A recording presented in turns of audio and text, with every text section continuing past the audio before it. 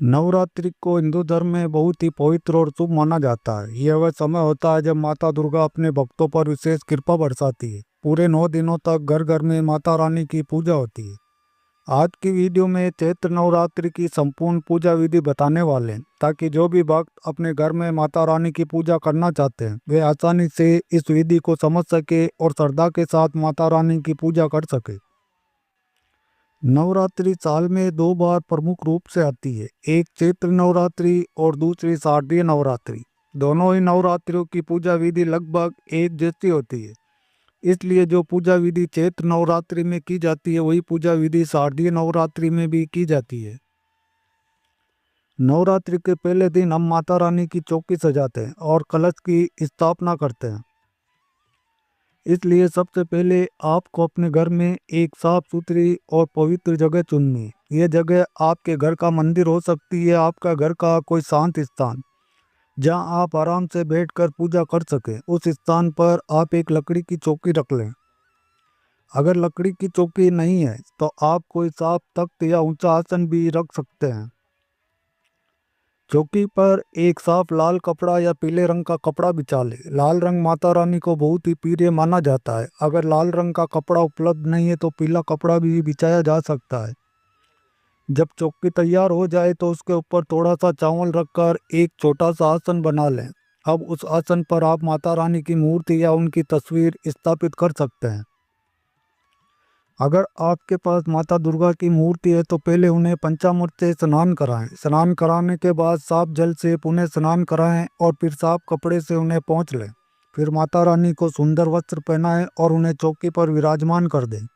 माता रानी को एक सुंदर लाल चुनरी अवश्य अर्पित करें, क्योंकि चुनरी माता रानी को अत्यंत ही प्रिय होती है। अगर आपके पास माता रानी की केवल फोटो है तो भी आप उसी श्रद्धा और भक्ति के साथ उनका पूजन कर सकते हैं। अब नवरात्रि के पहले दिन सबसे महत्वपूर्ण कार्य होता है कलश स्थापना। कहा जाता है कि जिस घर में विधि विधान से कलश की स्थापना होती है उस घर में सुख शांति और समृद्धि का वास होता है। कलश स्थापना के लिए आप पीतल, तांबे या मिट्टी का कलश ले सकते हैं। सबसे पहले उस कलश को अच्छी तरह धोकर साफ कर लें। उसके बाद उसमें साफ जल भर लें। उस जल में थोड़ा सा गंगा जल भी डाल दें, क्योंकि गंगा जल को अत्यंत ही पवित्र माना जाता है। अब कलश के ऊपर रोली या कुमकुम से स्वास्तिक का चिन्ह बना दें। इसके बाद कलश के कंठ पर मोली या कलावा 9 बार लपेटें और ध्यान रखें कि इसमें गांठ नहीं लगानी है, केवल 9 बार घुमाकर उसे आपस में जोड़ देना है। अब कलश के अंदर कुछ पवित्र वस्तुएं डाली जाती है, जैसे हल्दी की गांठ या थोड़ा सा हल्दी पाउडर, एक इलायची, 2 लौंग, एक सुपारी और एक सिक्का। ये सभी चीजें शुभता और समृद्धि का प्रतीक मानी जाती है। अब जिस स्थान पर आपको कलश स्थापित करना है वहाँ चावल से अष्टदल कमल बनाएं। अष्टदल कमल का अर्थ होता है 8 पंखुड़ियों वाला कमल। ये देवी शक्ति का प्रतीक माना जाता है। उस अष्टदल कमल के ऊपर आप कलश को स्थापित कर दें। अब कलश के ऊपर 5 आम के पत्ते रखें। अगर आम के पत्ते उपलब्ध नहीं है तो आप अशोक के पत्ते या फिर पान के पत्ते भी रख सकते हैं।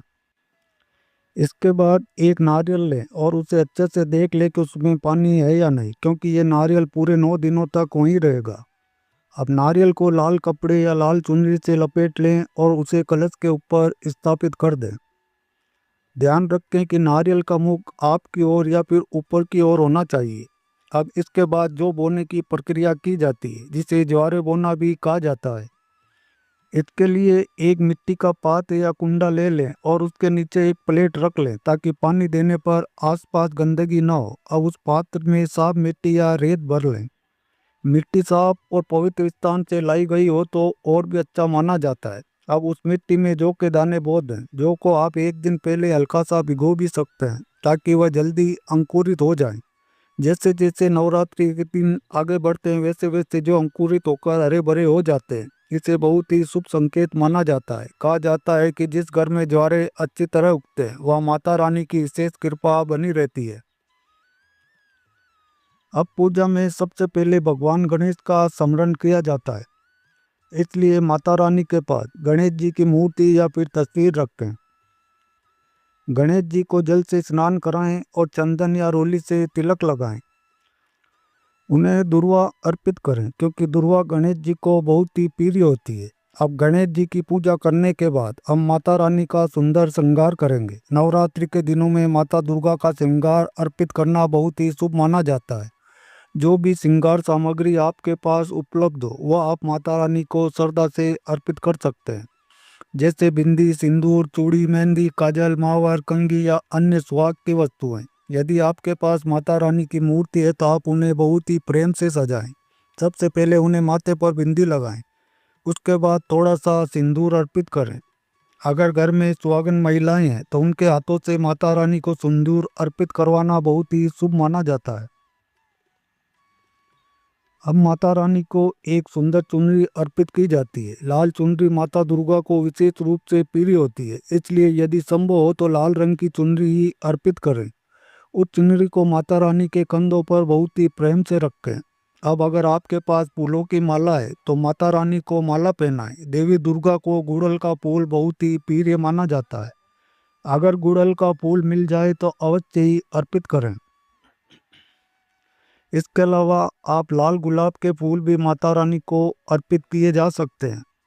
अगर आपके पास ताजे फूल उपलब्ध नहीं है तो आप आर्टिफिशियल माला भी अर्पित कर सकते हैं। अब माता रानी के पास जो भी श्रृंगार की सामग्री है उसे भी उनके सामने रख सकते हैं। कुछ लोग 9 वस्तुएं अर्पित करते हैं, कुछ लोग 11 वस्तुएं, कुछ लोग 16 श्रृंगार भी अर्पित करते हैं। ये सब आपकी श्रद्धा और सामर्थ्य पर निर्भर करता है। इसके बाद हम पूजा में दीपक जलाते हैं। नवरात्रि में दीपक का बहुत ही बड़ा महत्व होता है। बहुत से भक्त इन 9 दिनों में अखंड ज्योति भी जलाते हैं। अखंड ज्योति का अर्थ होता है ऐसा दीपक जो पूरे 9 दिनों तक लगातार जलता रहे। इसके लिए आप घी या तिल के तेल का दीपक जला सकते हैं।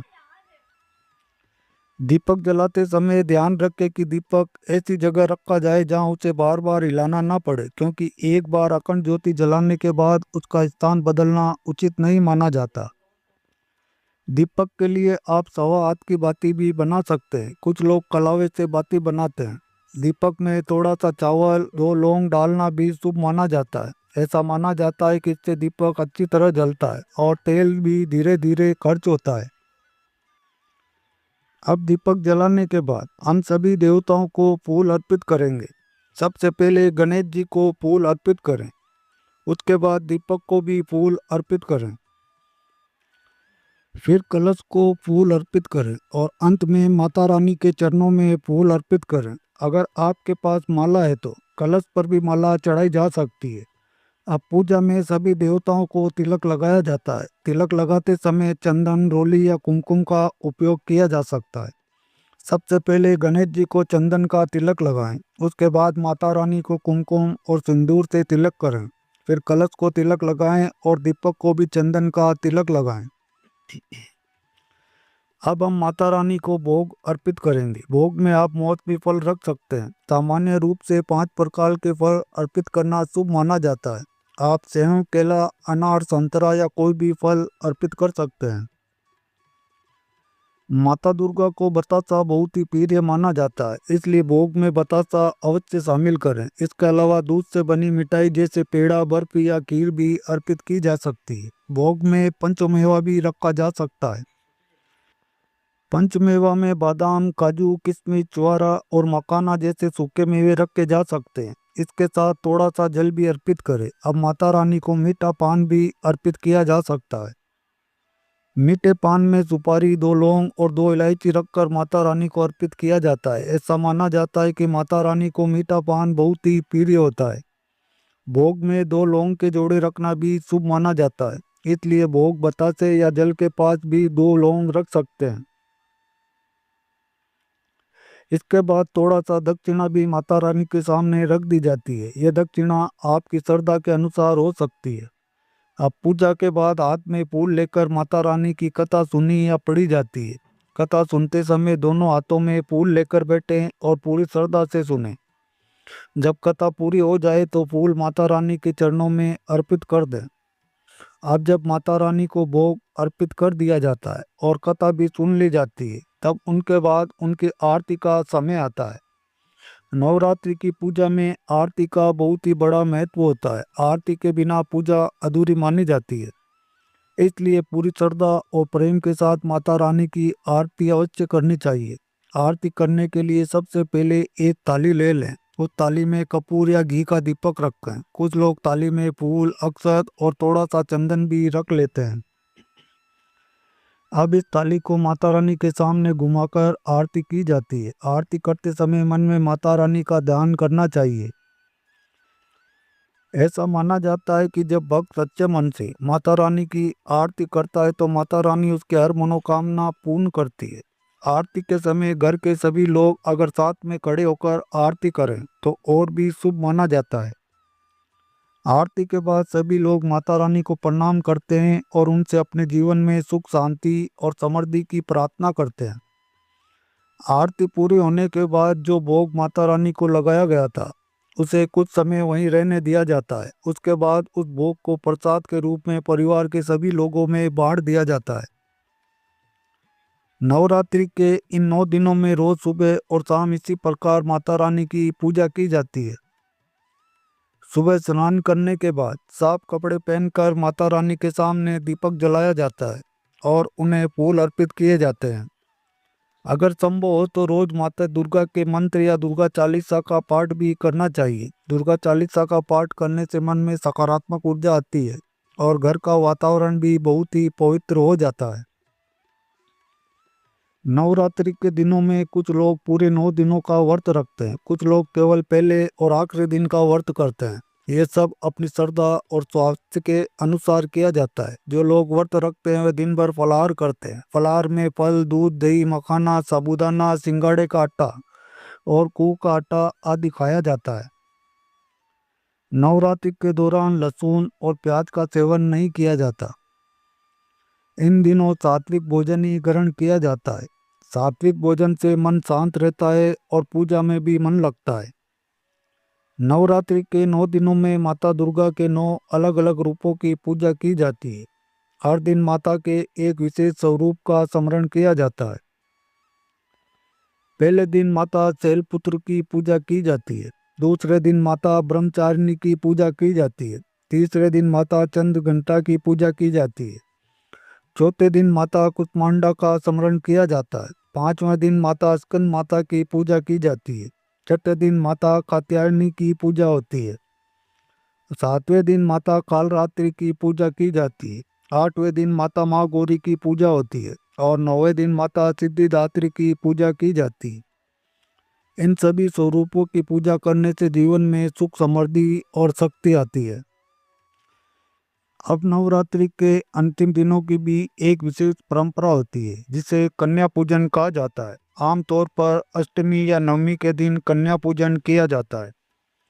इस दिन 9 छोटी कन्याओं को माता रानी का रूप मानकर उनके चरण धोए जाते हैं और उन्हें भोजन कराया जाता है। कन्या पूजन के लिए सबसे पहले घर में साफ सफाई की जाती है। उसके बाद कन्याओं को आदर के साथ घर पर बुलाया जाता है। जब कन्याएं घर पर आ जाए तो सबसे पहले उनके चरण धोए जाते हैं, फिर उन्हें आसन पर बिठाया जाता है। इसके बाद उनके माथे पर तिलक लगाया जाता है और उनके हाथों में मौली बांधी जाती है। फिर उन्हें भोजन कराया जाता है। कन्या पूजन में आमतौर पर पूरी, काला चना और सूजी का हलवा बनाया जाता है। इन तीनों चीज़ों को बहुत ही शुभ माना जाता है। कन्याओं को प्रेम से भोजन कराया जाता है और फिर उन्हें फल, मिठाई और दक्षिणा दी जाती है। कन्या पूजन करने से माता रानी बहुत ही प्रसन्न होती है और घर में सुख, समृद्धि का आशीर्वाद देती है। कन्या पूजन के बाद नवरात्रि की पूजा धीरे धीरे अपने समापन की ओर बढ़ती है। इन 9 दिनों में भक्त पूरी श्रद्धा और भक्ति के साथ माता रानी की पूजा करते हैं। घरों में भजन गूंजते हैं, दीपक जलते हैं और वातावरण में एक अलग ही पवित्रता महसूस होती है। जब नवमी का दिन आता है तो उस दिन भी सुबह स्नान करके साफ कपड़े पहनकर माता रानी की पूजा की जाती है। पहले की तरह दीपक जलाया जाता है, फूल अर्पित किए जाते हैं और माता रानी को भोग लगाया जाता है। बहुत से भक्त इस दिन विशेष रूप से हलवा, पूरी और चने का भोग बनाते हैं। ये भोग माता रानी को अर्पित करने के बाद प्रसाद के रूप में सभी लोगों में बांट दिया जाता है। अब बात आती है जौ या ज्वारों की, जो नवरात्रि के पहले दिन बोए गए थे। 9 दिनों के बाद वे अच्छे से हरे भरे हो जाते हैं। ये बहुत ही शुभ संकेत माना जाता है। कहा जाता है कि अगर ज्वारे हरे और लंबे होते हैं तो ये माता रानी की विशेष कृपा का संकेत होता है। इसलिए नवमी के दिन इन ज्वारों को बहुत ही श्रद्धा के साथ माता रानी को अर्पित किया जाता है। कुछ लोग इन ज्वारों को अपने सिर पर भी रखते हैं और माता रानी से आशीर्वाद मांगते हैं। अब इसके बाद कलश विसर्जन की प्रक्रिया की जाती है। जिस कलश की स्थापना नवरात्रि के पहले दिन की गई थी, उसे नवमी या दसवीं के दिन विधि विधान से विसर्जित किया जाता है। कलश विसर्जन से पहले माता रानी की अंतिम आरती की जाती है। आरती करते समय मन में माता रानी का ध्यान करना चाहिए और उनसे अपने जीवन में सुख, शांति और समृद्धि की प्रार्थना करनी चाहिए। आरती के बाद हाथ जोड़कर माता रानी से प्रार्थना की जाती है कि ये माता, जैसे आप इन 9 दिनों तक हमारे घर में विराजमान रही, वैसे ही हमेशा अपनी कृपा हम पर बनाए रखें। इसके बाद कलश के ऊपर से रख के नारियल को धीरे धीरे उतार लिया जाता है। उस नारियल को बहुत ही शुभ माना जाता है, इसलिए उसे प्रसाद के रूप में परिवार के सभी सदस्यों में बांट दिया जाता है। अब कलश के जल को घर में छिड़क दिया जाता है। ऐसा माना जाता है कि इससे घर की नकारात्मक ऊर्जा समाप्त होती है और घर में सकारात्मक ऊर्जा का वास होता है। कुछ लोग उस जल को तुलसी के पौधे में भी अर्पित कर देते हैं। अब जो जवारे उगे होते हैं, उन्हें भी घर के मंदिर में कुछ समय तक रखा जा सकता है या फिर किसी पवित्र स्थान पर प्रवाहित किया जा सकता है। नवरात्रि का यह पूरा समय भक्तों के लिए बहुत ही पवित्र माना जाता है। इन 9 दिनों में जो भी व्यक्ति सच्चे मन से माता रानी की पूजा करता है, माता रानी उसके हर मनोकामनाएं पूर्ण करती है। लेकिन एक बात हमेशा याद रखनी चाहिए कि पूजा में सबसे ज़्यादा महत्व हमारी भावना का होता है। अगर हमारे मन में सच्ची श्रद्धा और भक्ति है तो माता रानी हमारी छोटी सी पूजा से भी प्रसन्न हो जाती है। इसलिए नवरात्रि के इन पावन दिनों में अपने मन को शांत रखें, अच्छे विचार रखें और माता रानी का नाम लेते रहें। अगर घर में रोज माता रानी के भजन बजते रहें, दुर्गा चालीसा का पाठ होता रहे और दीपक जलता रहे तो घर का वातावरण बहुत ही पवित्र और सकारात्मक बन जाता है। नवरात्रि हमें यह भी सिखाती है कि जीवन में शक्ति और धैर्य कितना जरूरी है। माता दुर्गा शक्ति का प्रतीक है और वह हमें सिखाती है कि कठिन परिस्थितियों में भी हमें हिम्मत नहीं हारनी चाहिए। जो व्यक्ति माता रानी की भक्ति करता है, उसके जीवन में धीरे धीरे सकारात्मक परिवर्तन आने लगते हैं। उसके जीवन में सुख, शांति और समृद्धि का मार्ग खुलने लगता है। इसलिए नवरात्रि केवल एक त्योहार नहीं बल्कि आत्मशक्ति को जागृत करने का भी समय है। ये समय हमें अपने भीतर की शक्ति को पहचानने का संदेश देता है। अंत में बस यही प्रार्थना है कि माता रानी की कृपा आप सभी पर बनी रहे, आपके घर में सुख, शांति और समृद्धि आए, आपके जीवन की सभी बाधाएं दूर हो और माता का आशीर्वाद हमेशा आपके साथ बना रहे। तो दोस्तों, जानकारी उपयोगी लगी हो तो एक लाइक कर दें और अगर चैनल पर पहली बार आएँ तो सब्सक्राइब भी ज़रूर कर लें। वीडियो के अंत तक बने रहने के लिए आप सबका बहुत बहुत धन्यवाद। Thanks for watching all friend.